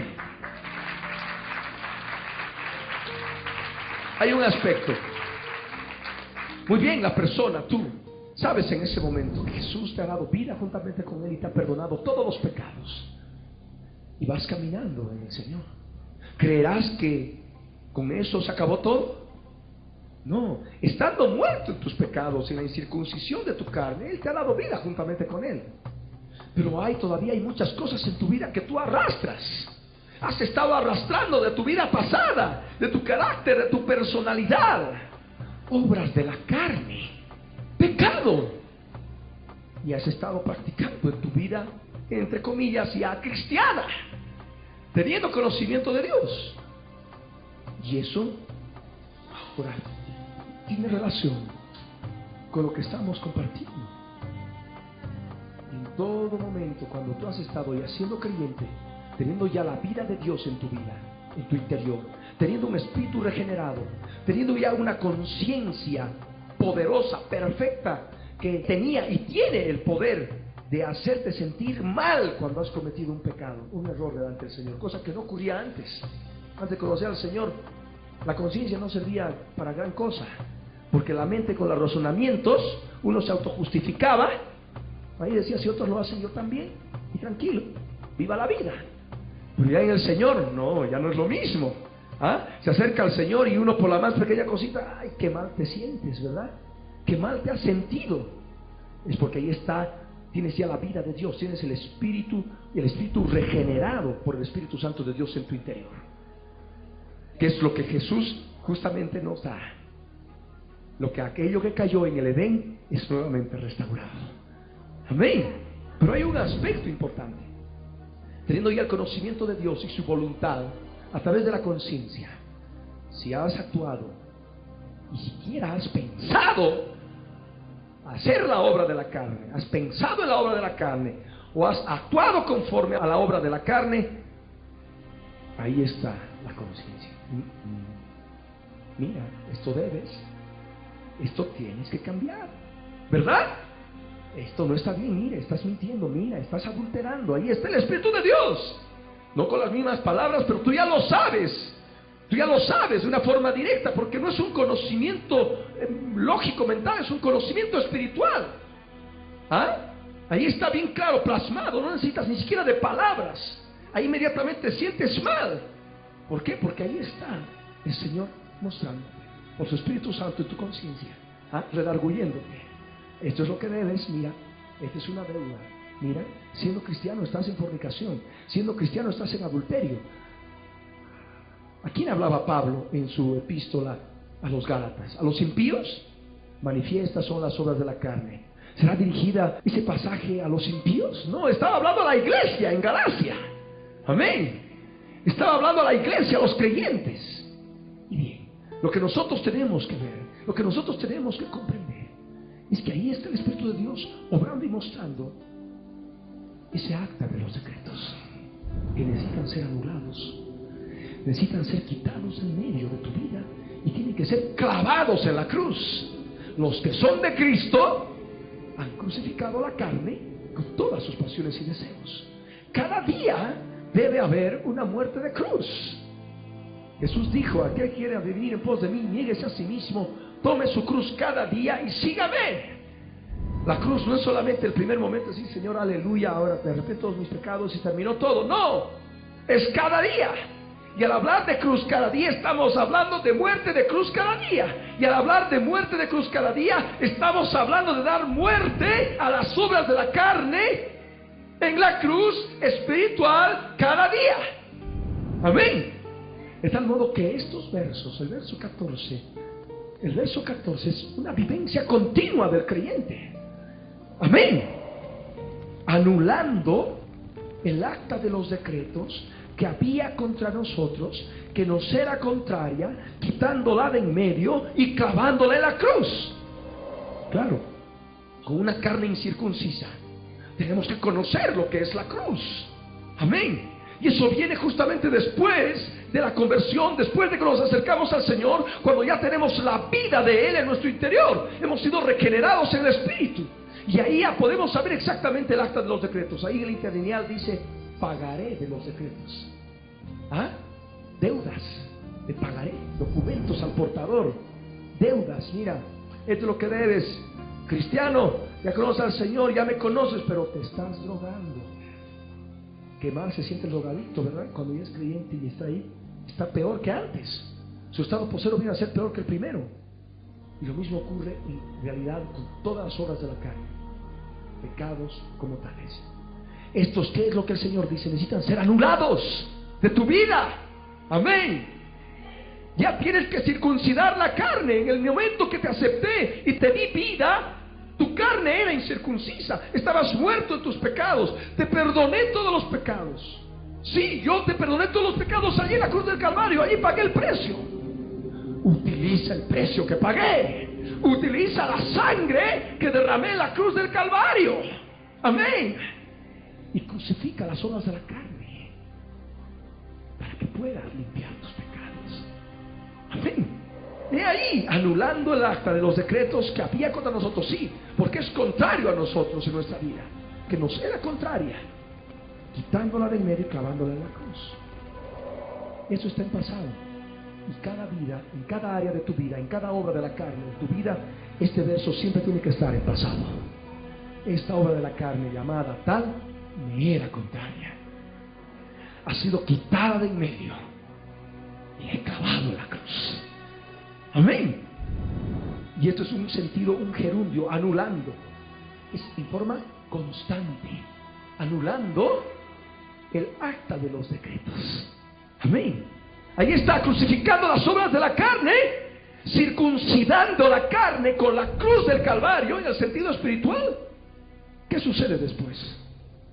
El verso 15. Lee el verso 15. Y despojando a los principados y a las potestades, los exhibió públicamente, triunfando sobre ellos en la cruz. Y es lo que ocurre cuando tú decides crucificar las obras de la carne, cuando tú decides renunciar al pecado, renunciar a la obra de la carne en forma específica. Los principados y potestades que se alimentan de las obras de la carne, que se alimentan de la carne que viene del polvo de la tierra, de lo cual ellos se alimentan. Los principados y potestades son despojados de su poder. Amén. Y son exhibidos públicamente, son echados fuera en el nombre de Jesús, porque Jesús ya pagó el precio en la cruz del Calvario. Y despojando a los principados y a las potestades demoníacas, los exhibió públicamente, triunfando sobre ellos en la cruz. De ese modo nosotros experimentamos el triunfo que Jesús consumó en la cruz del Calvario sobre el pecado y sobre las huestes espirituales que gobiernan al ser humano a través del pecado. La Escritura dice: el mundo entero está bajo el maligno. ¿Ah? El maligno está gobernando el mundo a través de la mente, las emociones y la voluntad de los seres humanos. Segunda de Corintios 4:4 nos habla de que Satanás actúa en la mente de los seres humanos. El Dios de este siglo cegó el entendimiento. El entendimiento, que es la mente del alma. ¿Ah? Y es justamente el modo en que el maligno gobierna al mundo. Donde hay una mente sin Cristo, hay una mente contaminada. Hay una mente contaminada espiritualmente. Porque la mente es una región celeste. ¿Ah? Es una región espiritual. Y estos entes espirituales se mueven en las regiones espirituales: mente, emociones y voluntad. Amén. Los homicidios, ¿cómo? Podemos escuchar claramente qué ocurrió. Bueno, ahí estaba la obra de la carne, el homicidio como tal. Pero ¿quién estaba operando por medio? Un espíritu de homicidio. ¿Te das cuenta? Por ello muchas veces van a encontrar a personas que han cometido eso y dicen: no sé qué me ha pasado, no sé dónde he sacado esa fuerza, pero lo hice, y lloran. En algunos casos, otros ni siquiera se arrepienten y están ahí dispuestos a meter el cuchillo a quien sea, dentro de las cárceles o fuera de la cárcel, ¿verdad?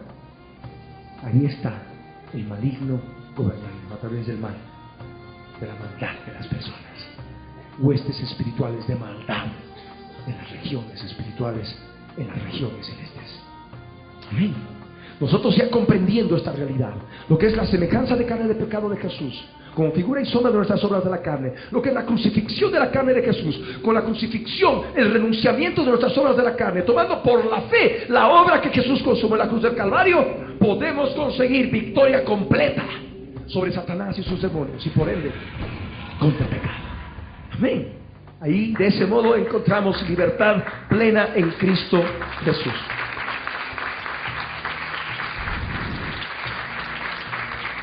Gloria al Rey. Entramos al séptimo punto: las manifestaciones de la gracia divina en esta dispensación de la ley.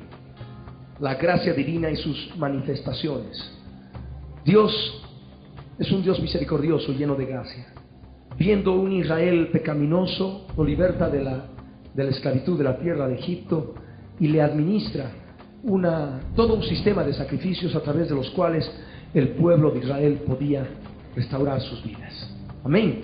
Sus vidas como personas. Al mismo tiempo, Dios en su misericordia preserva a la nación, poniendo jueces, poniendo profetas y también por último poniéndole reyes. Dios manifiesta su gracia de este modo. Al mismo tiempo, ustedes van a poder escudriñar en la palabra que en muchas ocasiones Dios acepta el arrepentimiento de Israel. En muchas partes Dios manifiesta su gracia y acepta el arrepentimiento del pueblo de Israel. Y al mismo tiempo también esta manifestación de la gracia de Dios se manifiesta en esta dispensación de la ley, porque en este periodo de tiempo se escribe el Antiguo Testamento. Se escribe el Antiguo Testamento en su integridad. Justamente el primer libro de la Biblia, Génesis, se lo conoce como el libro primero de Moisés. Y Moisés es un hombre que pertenece a la dispensación de la ley. Dios muestra su gracia no solamente para el pueblo de Israel, sino para toda la humanidad, para todo el género humano, permitiendo que se escriba su palabra conforme vemos en este periodo de tiempo, el Antiguo Testamento. Amén. Hay otro aspecto que también es necesario ver. La gracia de Dios se manifiesta en la venida del Mesías, ¿no? La venida de Jesús para poder condenar al pecado en la carne a causa del pecado. Él vino a causa del pecado para condenar al pecado en la carne y para vencer a aquel que tenía el imperio de la muerte, que producía la muerte del cuerpo, la muerte completa del ser humano, al diablo y todos sus demonios. Esta es tal vez la gloria máxima de la gracia de Dios revelada en esta dispensación de la ley. Amén. Y entramos al octavo punto. Al octavo punto, los principios divinos revelados en esta dispensación. Hay mucho que podemos hablar al respecto, como ustedes deben suponer, pero vamos a tomar algunos aspectos importantes de lo que es la ley y también su relación con lo que es la gracia, que es la próxima dispensación que vamos a poder estudiar en la próxima sesión. Luego que abran sus Biblias en Romanos capítulo 10, verso 4, que nos dice que el fin de la ley es Cristo para justicia a todo aquel que cree. Amén. Esto es importante. Gálatas capítulo 3, versos 6 al 29. Vamos a leer, y estas palabras hablan por sí mismas. Si ustedes han estado en los estudios bíblicos de las sesiones pasadas, van a poder comprender en forma clara y perfecta lo que vamos a leer ahora. Dice así, Gálatas 3, verso 6. Así Abraham creyó a Dios y le fue contado por justicia. Dispensación de la promesa. Sabed por tanto que los que son de fe, estos son hijos de Abraham. Nosotros ahora somos de la fe y somos hijos de Abraham. Y la Escritura, previendo que Dios había de justificar por la fe a los gentiles, dio de antemano la buena nueva a Abraham, diciendo: en ti serán benditas todas las naciones.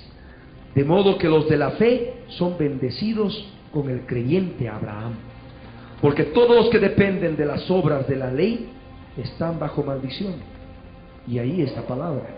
Los que dependen aún hoy en día de las obras de la ley están bajo maldición. Pues escrito está: maldito todo aquel que no permaneciere en todas las cosas escritas en el libro de la ley para hacerlas. ¿Hay alguno que puede hacer la ley? Ninguno, ningún ser humano. Solamente Jesús pudo hacerlo. ¿Ah? Y dice la Escritura en el verso 11: y que por la ley ninguno se justifica para con Dios. Es evidente. ¿Por qué? El justo por la fe vivirá.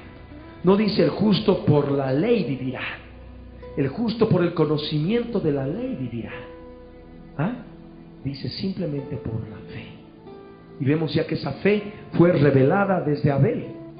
Dice la Escritura en Hebreos 11, el verso 4, que Abel ofreció por la fe mejor sacrificio que Caín, porque Abel ofreció un corderito, porque creía en el Mesías que iba a venir. Amén. Creía en el Mesías que iba a venir. Por esa fe fue justificado. Caín no, y por eso ofrece una ofrenda de cereal, menos un corderito, y no manifestaba de ese modo su fe en el Mesías. ¿Nos damos cuenta? Bien. Dice aquí claramente la palabra que por la ley ninguno se justifica para con Dios, y esto es evidente porque el justo por la fe vivirá. Y la ley no es de fe, sino que dice: el que hiciere estas cosas vivirá por ellas.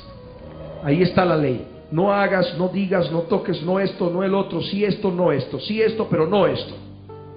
Para eso necesitas tener fe, no. Tienes que vivir simplemente en base a esas normas de vida, en base a esas reglas de vida que Dios dio en la dispensación de la ley. Amén. Y dice aquí en la palabra, Cristo nos redimió, en el verso 13, nos redimió de la maldición de la ley, hecho por nosotros maldición. Porque está escrito: maldito todo el que es colgado en un madero. Esta es otra importante verdad que es necesario discernirla y tener en nuestras vidas. Jesús se hizo maldición por nosotros. Amén. Vino a cumplir la ley de tal modo que dice claramente la Escritura que maldito, la ley dice: maldito todo aquel que es colgado de un madero. Y Jesús vino a cumplirla y lo hizo por nosotros. Amén. Dice también en la palabra, en el verso 14, para que en Cristo Jesús la bendición de Abraham alcanzase a los gentiles. Nosotros somos los gentiles, a fin de que por la fe recibiésemos la promesa del Espíritu Santo. Hermanos, hablo en términos humanos. Un pacto, aunque sea de hombre, una vez ratificado, nadie lo invalida ni le añade. Ahora bien, a Abraham fueron hechas las promesas y a su simiente. No dice y a las simientes como si hablase de muchos, sino como de uno, y a tu simiente, la cual es Cristo. Ahí vemos ya hablando lo que es la simiente que hemos estado hablando desde un principio, desde Génesis 3:15. La simiente que es Cristo y vino hasta Abraham y continúa hasta el nacimiento a través de María. Esto pues digo, que el pacto previamente ratificado por Dios para con Cristo, la ley que vino 430 años después de Abraham, no lo abroga para invalidar la promesa. Porque si la herencia es por la ley, ya no es por la promesa, pero Dios la concedió a Abraham mediante la promesa y no por la ley. Amén. Vamos nosotros entendiendo en forma clara estas palabras. El verso 19, entonces, ¿para qué sirve la ley? Y es lo que muchos pueden preguntarse. Primer punto dice, fue añadida a causa de las transgresiones. A causa de todas las transgresiones del mundo, del género humano y del pueblo de Israel, vino la ley. Pero ¿hasta cuándo iba a permanecer? Hasta que viniese la simiente, dice. Hasta que viniese la simiente a quien fue hecha la promesa. La simiente de Abraham, Cristo Jesús mismo. Amén. Pero hay otro aspecto que es importante ver. ¿Para qué sirve la ley? No pasen Gálatas y abran conmigo Romanos 7, versos 7 y 8. ¿Qué diremos pues? ¿La ley es pecado? En ninguna manera. Pero yo no conocí el pecado sino por la ley. Porque tampoco conociera la codicia si la ley no dijera, no codiciarás. Mas el pecado, tomando ocasión por el mandamiento, produjo en mí toda codicia. Porque sin la ley, el pecado está muerto. ¿Para qué sirve la ley? Nos da el conocimiento claro del pecado. Y esto como preparación para la consumación de la obra de Jesús en la cruz del Calvario, condenando al pecado. Amén. Volvemos a Gálatas 3, el verso 20 en adelante. Y el mediador no lo es de uno solo, pero Dios es uno. Luego, ¿la ley es contraria a las promesas de Dios? En ninguna manera. Porque si la ley dada pudiera vivificar, la justicia fuera verdaderamente por la ley.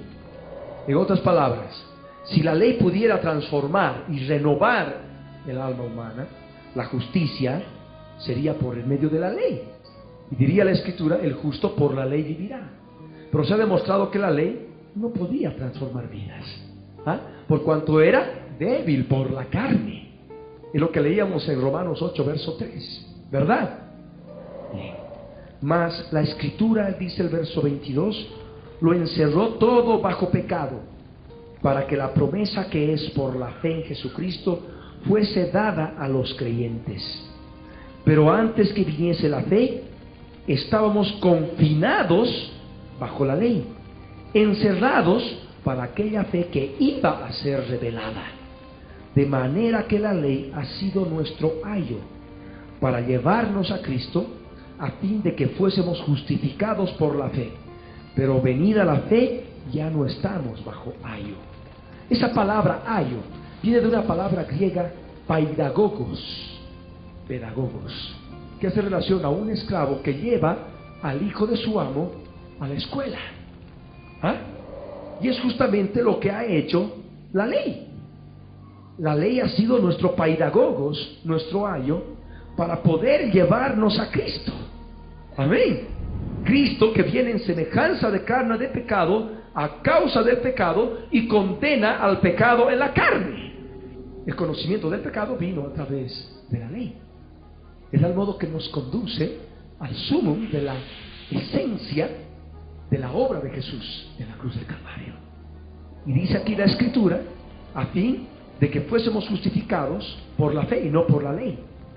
Y venida la fe, ya no estamos bajo la ley, ya no estamos bajo ese ayo, ya no estamos bajo ese paidagogos, pues todos sois hijos de Dios por la fe en Cristo Jesús. Porque todos los que habéis sido bautizados en Cristo, de Cristo estáis revestidos. Ya no hay judío ni griego, no hay esclavo ni libre, no hay varón ni mujer, porque todos vosotros sois uno en Cristo Jesús. Y si vosotros sois de Cristo, ciertamente linaje de Abraham sois, y herederos según la promesa. Esta palabra habla por sí misma. Amén. Somos del linaje de Abraham y herederos según la promesa que Dios dio a Abraham. Vamos a ver un último verso, Romanos 3, versos 19 y 20. Una última cita bíblica. Y dice la Escritura: pero sabemos que todo lo que la ley dice, lo dice a los que están bajo la ley, para que toda boca se cierre y todo el mundo quede bajo el juicio de Dios, ya que por las obras de la ley ningún ser humano será justificado delante de él, porque por medio de la ley es el conocimiento del pecado. Amén. Esta palabra es clara. Por lo que es la ley, toda boca se ha de cerrar y todo el mundo, no dice alguno, no dice solamente Israel, dice todo el mundo quedará o quede bajo el juicio de Dios. Amén. Ya que por las obras de la ley nadie ha de poder ser justificado delante de él. Solamente podemos ser justificados por la fe. Abel tenía fe, fue justificado. Set tenía fe, fue justificado. Noé tenía fe, fue justificado. Moisés tenía fe, fue justificado. Abraham, ni qué decir. Y llegamos ahora, amén, a la fe del Hijo de Dios. Esta fe verdadera que produce obras. Porque uno puede decir, bueno, ahora viva el pecado, hay que pecar. Si es por fe, yo tengo fe, entonces puedo pecar. Hay que ir con calma, vamos a ir viendo, analizando esto en la dispensación de la gracia cuando estudiemos. Es importante ver que la gracia nos da el poder para vencer al pecado. Amén. Para poder vencer al pecado, poder triunfar sobre el pecado en la cruz del Calvario. De tal modo que el pecado no se enseñoree de nosotros, con una transformación no de afuera para adentro, sino de adentro para afuera. Amén. Desde el mismo lugar donde Dios ha derramado su vida en nuestro interior, desde el momento que nos acercamos a Él, el día de nuestra conversión. Pongámonos de pie. De este modo hemos podido terminar este estudio sobre la quinta dispensación, la dispensación de la ley. Mañana estudiamos la dispensación de la gracia. Amén. Y acabando todo este estudio, ustedes ya van a tener una visión global de toda la Escritura y van a poder hacer estudios bíblicos personales, escudriñar por su parte o comprender todas las prédicas y estudios y mensajes que van a poder escuchar y tomar siempre este concepto dispensacional para ver si está ligado, situado claramente en las Escrituras. Amén. Gloria al Rey. Ahí donde estás, hermano, cierra tus ojos, inclina tu rostro. Oremos al Señor de todo corazón en voz alta. Padre amado, queremos darte gracias, Señor, en el nombre de Jesús de Nazaret, porque en este día has permitido, Señor, revelarnos tu palabra, darnos comprensión y entendimiento de tu palabra. Señor amado, queremos bendecirte, queremos exaltarte, queremos glorificarte, Señor, porque tú eres el Dios de Israel. Queremos alabarte por la obra de Jesús en la cruz del Calvario. Señor amado, quiero darte gracias, porque estando muerto en mis pecados y en la incircuncisión de mi carne, sin tener conocimiento de lo que es circuncidar la carne, sin tener conocimiento de lo que es estar muerto en pecados y lo que es circuncidar mis obras de la carne con la cruz del Calvario, tú me has dado vida, Señor, juntamente contigo, perdonándome todos mis pecados. Señor amado, quiero darte gracias por crucificar esa semejanza de carne de pecado en la cruz del Calvario, que que me permite ahora, Señor, ir anulando el acta de los decretos que me es contraria, que sea quitado de en medio y clavado en la cruz. Quiero darte gracias, Señor, por el poder y la victoria que me has dado al poder ahora crucificar las obras de la carne que aún hay en mi vida, teniendo tu verdad. Señor amado, quiero darte gracias por la victoria sobre la serpiente antigua, la victoria sobre el diablo que tenía el imperio de la muerte. Quiero darte gracias, Señor, por la victoria que nos diste por sobre las huestes demoníacas, los principados, las potestades, los gobernadores de las tinieblas. Señor, quiero darte gracias por darme el poder de echarlos fuera y exhibirlos públicamente cuando he crucificado mis obras de la carne. Quiero darte gracias, Señor, por haberme dado el triunfo sobre mi vida espiritual en la cruz del Calvario hace casi 2000 años. Gracias, Señor, por perdonarme todos los pecados. Y en esa fe, Señor, me muevo en victoria, en lucha espiritual, guerreando y limpiándome de toda contaminación de carne y de espíritu, perfeccionando la santidad en el temor tuyo, en el temor de Dios. Gracias, Señor. Gracias te damos, Padre, por tu bondad y por tu misericordia. Enséñame más de tu gracia, enséñame más de tu poder. Ábreme aún más el entendimiento para estos 2 estudios, 2 dispensaciones que aún nos falta estudiar. Gracias, Señor. Bendito seas en el nombre de Jesús. Amén. Amén. Alaba al Señor. Aplaude al Rey con todo tu corazón. Démosle gracias al Señor. Démosle gracias al Rey.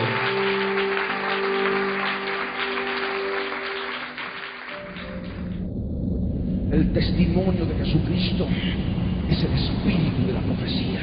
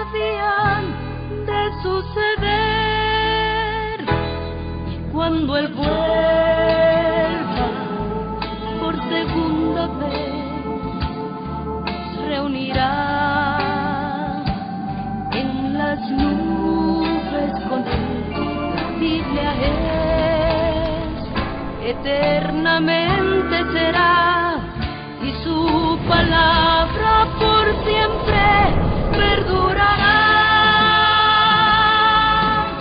Dios dispersos Israel, nuevo existir de una nación, monte de Sión, Jerusalén, pastor de paz proclaman ya, el tercer templo construirán y el anticristo reinará. Jesús lo vencerá en la batalla de Armagedón. Hoy todo el mundo busca mezcla, ecumenismo, alianzas, pactos, confederaciones. La Biblia nos profetizó, todo está escrito para que nosotros prediquemos lo que fue, lo que es, lo que será, lo que fue, lo que es, lo que vendrá.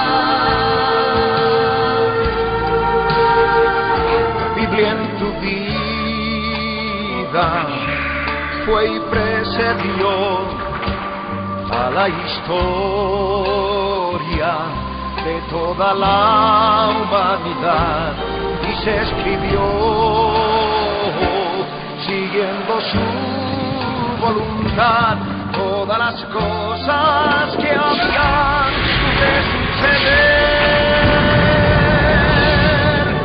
Falsos profetas, falsos cristos, pestes, hambres, terremotos, mar bramando, sediciones, huracanes, alborotos, y la gente se corrompe con el sexo como ha ocurrido en los días de Noé y en los días de Lot. La ciencia se ha aumentado, microchip bajo la piel está ya listo, todo el mundo comprará y venderá así, todo el mundo adorará a la bestia, el anticristo, pero mi Jesús, el Señor, lo vencerá. Mi Jesús, el Señor, lo vencerá. Mi Jesús, el Señor, lo vencerá. Mi Jesús, el Señor, Él reinará. Con brazos a 100 años y por siempre Él reinará.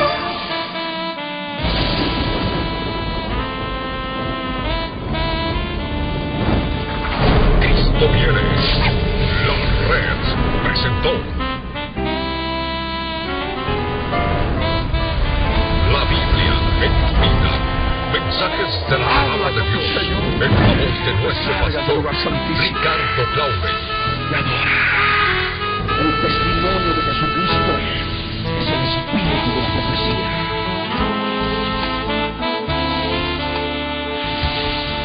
Para que tu iglesia se prepare para testimonio a las naciones.